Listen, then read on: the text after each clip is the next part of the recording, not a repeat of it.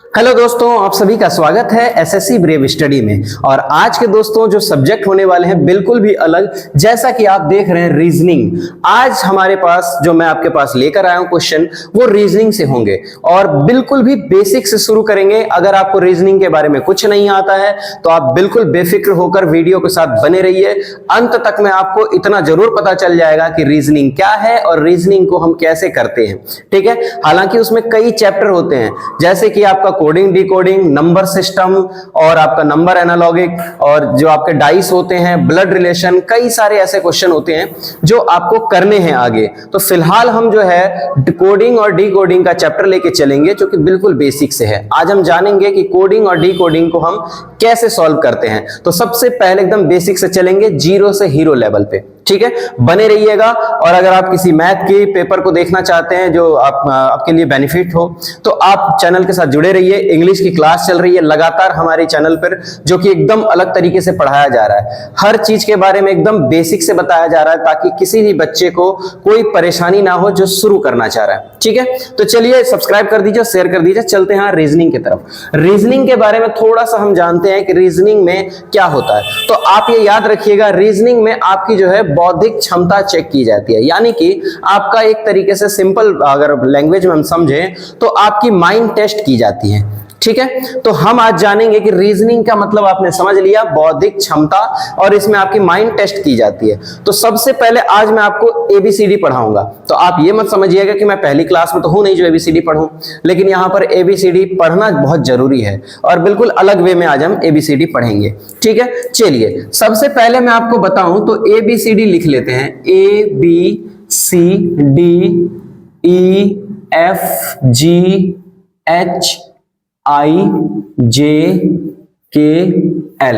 ठीक है, यहां पर हमने लिखा एम तक। अब यहां तक आपको पता है एबीसीडी, यहां तो आप सभी जानते हैं कि एबीसीडी तो ऐसा ही होता है, लेकिन यहां से हम अलग तरीके से सीखेंगे। यहां से करेंगे N O P Q R S T U V W X and Y and Z.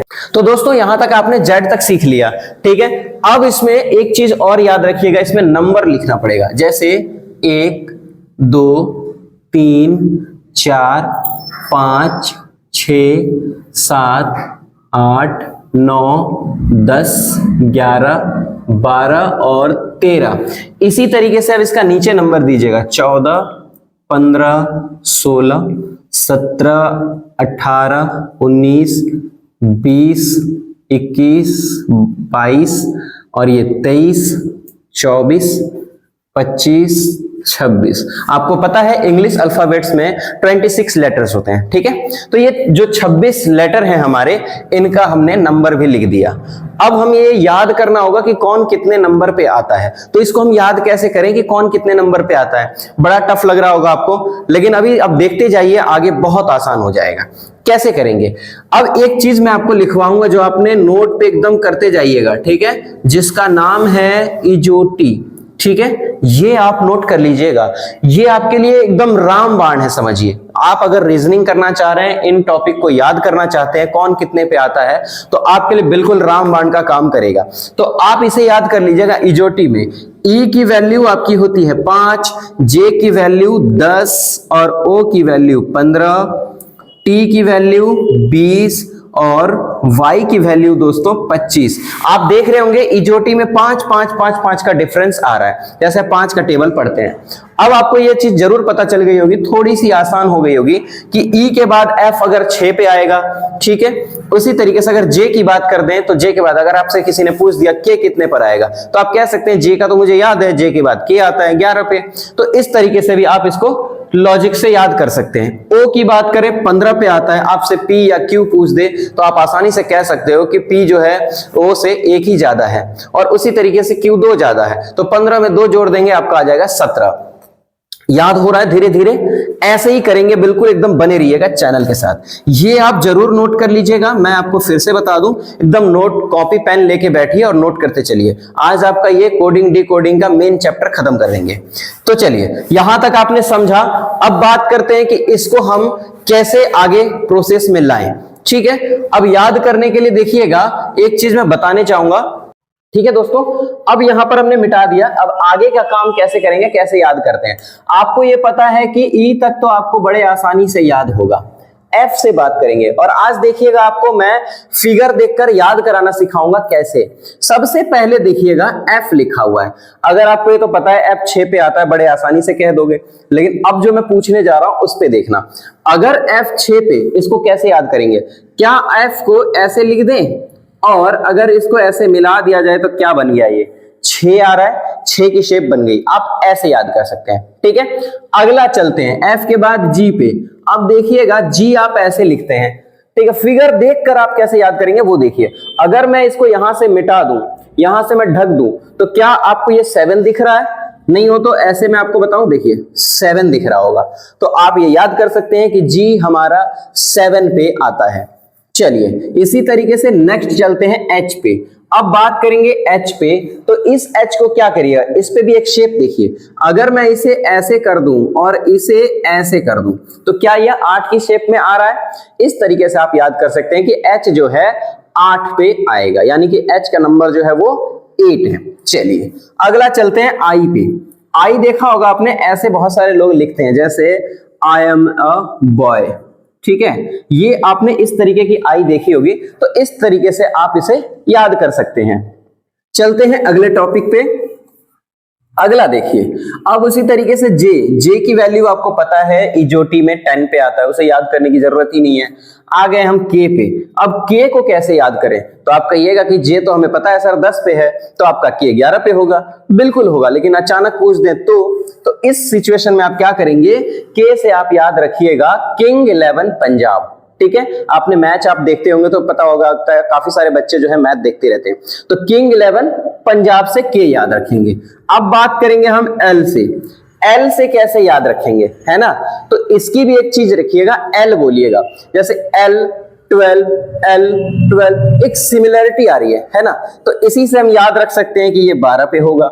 एकदम याद करते चलिएगा, सुनते जाइएगा, बहुत कुछ याद हो जाएगा। एल 12 पे आता है। अब बात करते हैं दोस्तों एम।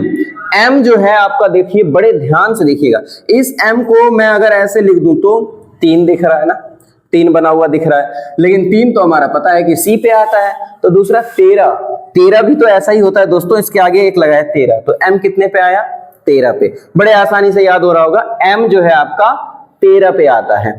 चलिए आगे चलते हैं एन की। अब बात करेंगे हम, यहां तक तो हमारा पूरा कवर हो गया।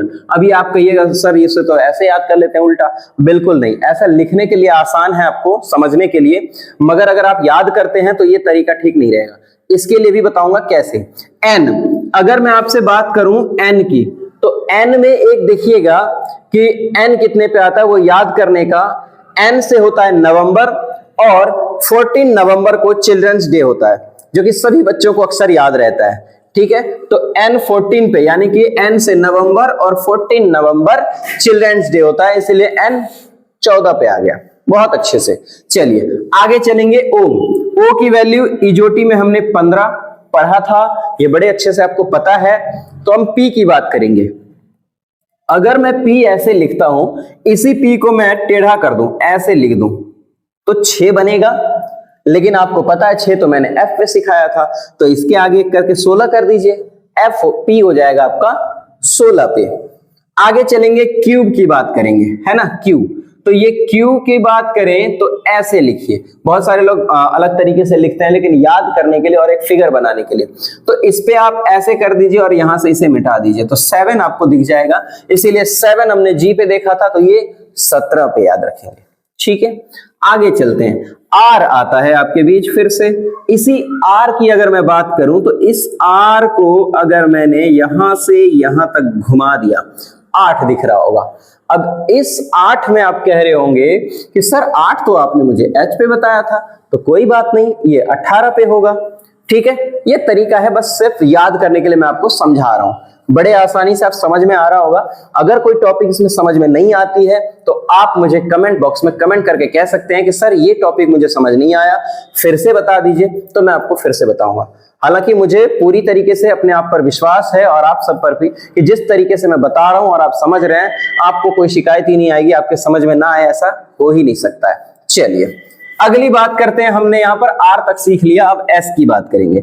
S की बात करेंगे तो ये आप इस तरीके से भी लिखते हो, अगर इसे मैंने यहां से मिला दिया तो 9 बन गया, ठीक है। इसी तरीके से आप इसे 9 पर आपने क्या याद किया था, तो I याद किया था, तो इसे 19 पे याद कर लीजिए, ठीक है। 9 बन रहा है शेप, तो 9 या तो 19 यही हो सकता है या 29, लेकिन अल्फाबेट में हमारे 26 से ज्यादा होते ही नहीं है, तो 19 तक मानेंगे, ठीक है। आगे चलेंगे 20, टी आता है 20 पे, इजोटी पे आपने याद भी किया है, लेकिन इसकी एक ट्रिक याद रख लीजिएगा। आप फिर से मैच की चर्चा करूंगा मैं, क्योंकि आप मैच देखते हैं, तो याद रखिएगा T20 का नाम आपने बड़े अच्छे से सुना होगा कई बार। तो T आता है कितने पे, 20 पे, तो T20 से आप याद रख लेंगे बड़े आसानी से। चलिए अब बात करेंगे U की। अगर मैं बात करूं U की, तो आप इसको बोलेंगे कैसे, तो ये याद रख लीजिएगा अंडर 21। अब आप बोलिएगा ये अंडर 21 कैसे याद करेंगे सर, इसका क्या लॉजिक है। तो आपको पता है कि अभी गवर्नमेंट ने जो नई रूल्स लागू की है कि अब लड़कियों की जो शादी है, जो लड़कियों की शादी है उसकी मिनिमम एज क्राइटेरिया बनाई गई है 21 साल। पहले थी आपकी 18 साल, 18 साल में लड़कियों की शादी हो जाती थी, बट अब कर दी गई है 21 साल। तो आप कह सकते हैं आप किसी लड़की की शादी हो रही है 21 साल की नहीं हो, तो आप अंडर 21 हो, ठीक है, याद रखेंगे। चलिए V पे चलेंगे हम अब इसके बाद, तो V आपका जो है 22 पे याद रख सकते हैं, ठीक है, यहां तक कोई दिक्कत नहीं। W की बात करते हैं, तो W के लिए दोस्तों फिर वही चीजें हैं, ये W को मैं अगर ऐसे लिख दूं तो 3 बनेगा, 3 C पे होता है, 13 करेंगे तो M होता है, तो ये उल्टा आपका जो है दोस्तों 23 हो जाएगा, ठीक। अगला चलते हैं, X की बात करें तो X आएगा आपका 24 पे, ये वैसे भी आपको याद रहता है 26 से इधर करके, है ना, और Z आपका 26 पे आ जाएगा। ये तीनों बताने की जरूरत नहीं पड़ेगी, क्योंकि आपका बहुत ही बेसिक चीज है, इतना आपको आगे और पीछे का हर बच्चे को आता ही है। तो ये टॉपिक उम्मीद करता हूं आपको पूरे अच्छे से समझ में आ गया होगा। अब चलेंगे हम नेक्स्ट टॉपिक पर, तो वीडियो के साथ एकदम बने रहिएगा, अंत तक बने रहिए, बहुत ही मजा आने वाला है आज। चलिए इसको हम खत्म करते हैं और लाते हैं दूसरा टॉपिक, ठीक है। अब हम बात करेंगे आपसे, देखिएगा बिल्कुल भी बने रहिए और बहुत मजा आने वाला है। थोड़ा सा ये गंदा हो रहा है कोई नहीं। चलिए अब बात करते हैं अपोजिट का। आपसे पूछा जाता है अपोजिट, क्योंकि जब आप कोडिंग और डिकोडिंग करते हैं तो आपको सीधा सीधा नंबर याद रखने के साथ साथ आपको अपोजिट भी याद रखना होता है, कि जैसे A का अपोजिट क्या होगा, बड़े अच्छे से आप कह देते हैं Z हो जाएगा। B का अपोजिट क्या होगा, तो आप बड़े अच्छे से कह सकते हैं Y होगा। लेकिन आपसे C का पूछ दे, D का पूछ दे, E F G H आगे पूछ दे, आप कहोगे पता नहीं, ये तो याद ही नहीं हो पाएगा। लेकिन आज मैं आपको बड़े फनी तरीके से भी याद कराऊंगा और ट्रिकी बेस पे भी आपको याद कराऊंगा। आइए देखते हैं, पहले आप ट्रिकी बेस पे नहीं, पहले आप फनी बेस पे याद कर लीजिए। तो जैसा कि आप देखिएगा A का अपोजिट क्या होगा, तो आप सुनते होंगे A to Z, तो यानी कि A का अपोजिट जो है दोस्तों Z हो जाएगा। चलते हैं हम B पर, B से आप याद रख लीजिएगा बॉय, यानी कि क्या हो जाएगा आपका Y, बड़े अच्छे से देखिए। अब C की बात करें तो देखिएगा, देखिए याद करने के लिए कुछ हमें ऐसी ट्रिकें माइंड में बनानी होती हैं जिससे हम याद कर पाए, और कोई ऐसा तरीका नहीं है जिससे आप ये रट्टा मार के याद कर लें तो कल भूल जाएंगे, लेकिन ट्रिकी ऐसी चीज है जो आप कभी नहीं भूल सकते। चलिए C से आप देखिए, अब आप कहेंगे कि 6 याद रखिएगा। अब आप कहिएगा सर 6 तो SIX होता है, बिल्कुल होता है, लेकिन हमने एक ट्रिक बनाई है इसे याद करने के लिए। तो हमने क्या किया, C का अपोजिट X कर दिया, ठीक है। अब दूसरा हम बात करेंगे D की। अब D का अपोजिट कैसे ढूंढेंगे, तो आप बताइएगा। देखिए D, अब गर्मियां हैं और लोगों को माउंटेन ड्यू पसंद है, ठीक है, तो D से हमने क्या किया, W, ड्यू का आपको पता है DEW, ठीक है ना, ड्यू, माउंटेन ड्यू याद रखेंगे, तो D से W। आगे चलेंगे, अगर हम बात करें तो अगला होगा हमारा E।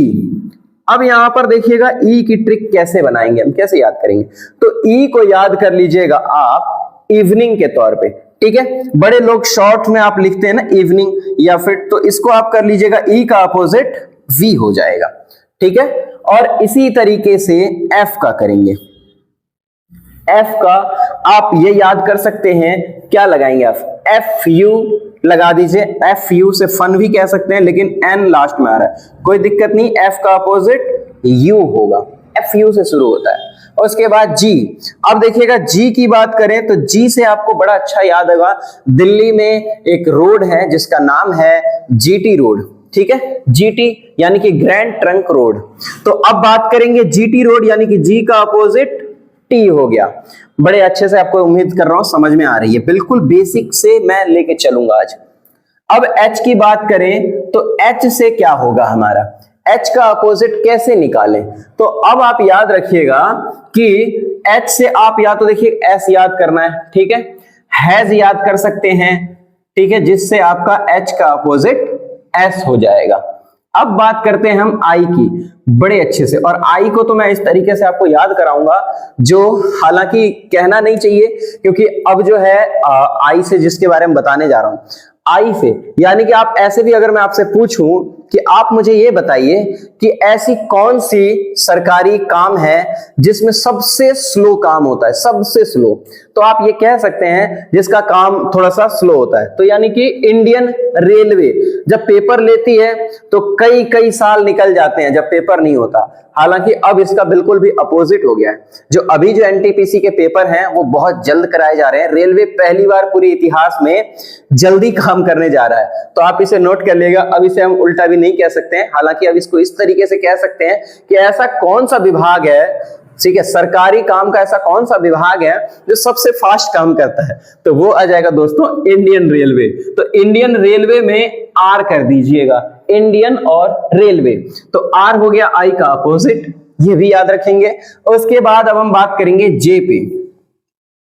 तो जे पे जब हम बात करेंगे तो ये आप करिएगा कैसे, तो आपको एक चीज बताऊं, जे से याद करने की तरकीब तो वो होती है जम्मू कश्मीर। लेकिन आप कहेंगे सर जम्मू कश्मीर तो कैसे होता है, हम यहां पर क्यू लिखेंगे। कई कई जगह आप देखते होंगे कि के से नहीं क्यू से भी हम क पढ़ते हैं, ठीक है, तो जम्मू कश्मीर से याद कर लीजिएगा। के की बात करें तो के की अगर हम बात करें तो देखिएगा एक बहुत बड़ा जो है बिजनेस कंपनी का नाम बताऊंगा जिसका आपने फिल्म देखी होगी, मूवी का नाम है नसीब गोविंदा की, जिसमें केपी ग्रुप ऑफ इंडस्ट्रीज है। तो के का अपोजिट क्या हो जाएगा दोस्तों, पी, याद रख सकते हैं, ठीक है। अगर पी का अपोजिट आपसे पूछ दे तो वो भी मूवी आपने देखी है पीके, जो कोई नहीं भूल सकता, तो उस तरीके से आप याद कर सकते हैं। चलिए अगला बात करेंगे एल की, ठीक है। एल की अगर हम बात करें तो एल से आप लव याद रखेंगे, एल का अपोजिट ओ कर दीजिए। हालांकि LOVE होता है लेकिन हमें ट्रिक ही तो याद करना है, लव से आप याद कर सकते हैं ओ। चलिए नेक्स्ट पे चलेंगे एन पे। अब हमारा सॉरी एन होगा, एम होगा, एल के बाद एम हो जाएगा। अब एम का अपोजिट कैसे याद करें, तो ये याद रख सकते हैं आप मैन के ट्रिक से, ठीक है, यानी कि एन जो है इसका अपोजिट हो जाएगा। अब आपसे अगर आर की अपोजिट पूछे तो आई बताएंगे, एस की पूछे तो एच बताएंगे। अगर आपने सीधा सीधा याद कर लिया है तो उल्टा भी आपको बड़े आसानी से याद हो जाएगा, इसमें कोई दिक्कत नहीं आएगी। तो आप इसे नोट कर लीजिए, फिर हम चलते हैं अगली क्लास की ओर, और नोट करते चलिएगा एकदम कॉपी पेन लेके। चलिए अब अगले क्वेश्चन पे बढ़ते हैं हम, नोट कर लीजिए, स्क्रीनशॉट ले लीजिएगा, ठीक है। आगे चलते हैं, बहुत ही उम्मीद कर रहा हूं आपको समझ में आ रहा है। एकदम बेसिक से आज हम कोडिंग डिकोडिंग का चैप्टर लेके चल रहे हैं, और इसके बाद हमारे बीच जो है क्वेश्चन भी करेंगे हम थोड़ा थोड़ा। फिलहाल हम बेसिक समझ लेते हैं और फिर लेवल बढ़ाते चलेंगे। चलिए अब मैंने एक चीज आपको फनी वे में तो समझा दिया, अब एक दिन ट्रिक बेस पे बताऊंगा, ठीक है। ट्रिक नंबर याद रख लीजिएगा पहला, इसका जो ट्रिक नंबर आपका आएगा वो ट्रिक कैसे करेंगे। सबसे पहले आप बताइएगा कि टोटल अल्फाबेट जो है वो कितने होते हैं हमारे। टोटल अल्फाबेट आपके होते हैं 26, ठीक है, अल्फाबेट में लेटर जो होते हैं 26 होते हैं। अब आपको किसी भी चीज का अगर आपको ऐसे सीधा सबकी वैल्यू पता चल गई, क्यू कितने पे आता है, एस कितने पे आता है, तो आप ये ट्रिक भी कर सकते हैं। मान लीजिए मैंने पूछ दिया कि एफ का उल्टा क्या होगा, तो आप बता सकते हैं कि एफ जो है दोस्तों 6 पे आता है। एफ कितने पे आता है, 6 पे आता है। अब इसका अपोजिट पता करना है कि एफ का उल्टा, तो आप याद रखिएगा जब भी अपोजिट याद करेंगे इसमें 1 प्लस करके रखिएगा, 27, यही ट्रिक होती है। अब इसमें मुझे 27 में से 6 माइनस कर देना है, तो जब आप 27 में से 6 माइनस करोगे तो कितना आ जाएगा दोस्तों आपका, ये आप कह सकते हो कि 21 आ जाएगा। और 21 की वैल्यू कितनी होती है, f होती है, ठीक है। 21 की वैल्यू आपकी u होती है, u होती है, 21 की वैल्यू u। अब आपने बड़े आसानी से कह दिया कि f का अपोजिट u होता है। फिर से मैं एक बार समझा देता हूं अगर समझ नहीं आया। अपोजिट के लिए हमेशा 27 मान के चलेंगे। क्या मान के चलेंगे? 27 मान के चलेंगे। अब किसी भी चीज का पूछ दे, आपसे s का पूछ दे, s का अगर अपोजिट पूछता है तो s की वैल्यू 19 होती है और इसे 27 में से माइनस कर दीजिएगा तो कितना आ जाएगा दोस्तों? यहां पर आपको उम्मीद करते हैं कि आपको समझ में आ जाएगा। सॉरी, यहां पे हो जाएगा आपका 17 में से 9 गया तो 8 और ये कट गया, 8 बचा, यानी 8 की वैल्यू होती है h, जैसा कि मैंने आपको बताया था। तो इस तरीके से आपने याद कर लिया। अब आप बताएंगे कि सर ये 27 कहां से आया, इसके बारे में भी आज जानते हैं। आप एक चीज में बताऊं तो आप किसी भी, ये अपोजिट के लिए ही मैंने ऐसे लिखा था, यहां से जो आपको लिखा गया है अपोजिट बताने के लिए ही लिखा गया। अब मुझे देखिएगा, किसी भी दो अपोजिट को सम करके देखिए आप, आपका 27 आंसर आएगा। 21 जोड़ 6 आ गया 27। किसी को उठा लीजिए, चलिए मैं जे को ले लेता हूं। जे का अपोजिट क्यू आता है तो 10 जोड़ 17 आपका 27 आ जाएगा। ये है सबसे तगड़ी ट्रिक। तो आपको अगर ट्रिक पता करनी है, अपोजिट पता करनी है, तो सेम अगर वैल्यू आपको याद है तो उसकी अपोजिट आप चुटकियों में निकाल सकते हैं। तो उम्मीद करता हूं ये आपको पता चल गया बड़े आसानी से कि किस तरीके से हम अपोजिट निकालेंगे। ठीक है, यहां तक कोई डाउट नहीं है। चलिए ये ट्रिक आप नोट कर लीजिएगा। फिर से मैं एक बार बताऊं तो t का अपोजिट अगर आपसे कोई पूछे तो 20 होता है और 27 में से 20 माइनस करेंगे तो 7, यानी कि 7 की वैल्यू g होती है। ये याद रखिएगा, ठीक है। अगले टॉपिक पे चलते हैं। अब इसमें आपके पास एक प्रश्न आता है, जब आप पेपर देने जाते हो बड़ा बेसिक सा प्रश्न आता है, वो प्रश्न करते हैं, अभी देखेंगे। अब बड़े आसानी से आप समझ पा रहे हैं कि किस तरीके से कोडिंग डिकोडिंग का क्वेश्चन बनता है। तो हम अब बात करेंगे कि इसको आप किस तरीके से बनाएंगे। अब एक सवाल आता है कि दाएं से, ठीक है, ये कह दें अगर P के दाएं से 10वें जगह पर कौन है, 10वें पर कौन है, 10वें पर कौन है। अब जरा बताइए मुझे, ऐसे प्रश्न आपने कभी सुने हैं? बिल्कुल पेपर में आते हैं, ठीक है। तो इसको मैं एक बार बता दूं कि जब आप इधर से लिख रहे होते हो, जैसे ABCD ये लिखा आपने, तो ये आप हमेशा बाएं से दाएं तरफ जा रहे होते हो, और अगर आप इधर से लिखते हो तो आप दाएं से बाएं तरफ आ रहे होते हो। तो हम कभी भी जो हिंदी लिखते हैं या कोई भी लैंग्वेज लिखते हैं वो हम हमेशा बाएं से दाएं की ओर चलते हैं। इंग्लिश में बोले तो लेफ्ट टू राइट की ओर हम जा रहे होते हैं।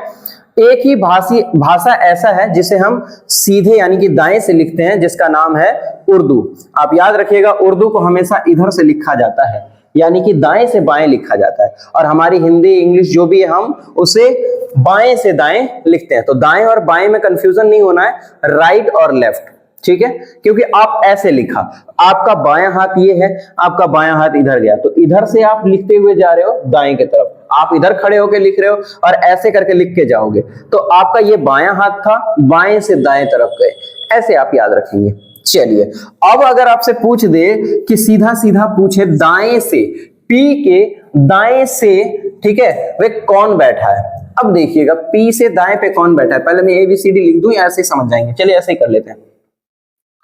P के दाएं से यानी कि इधर से, तो ABCD आपको पता है, इधर से देखिएगा कहां गया, यहां से 1 2 3 4 5 6 7 8 9 10 11, यानी कि P के दाएं से कितने पर, 10वें पर कौन बैठा है, Q बैठा है, Q है ना।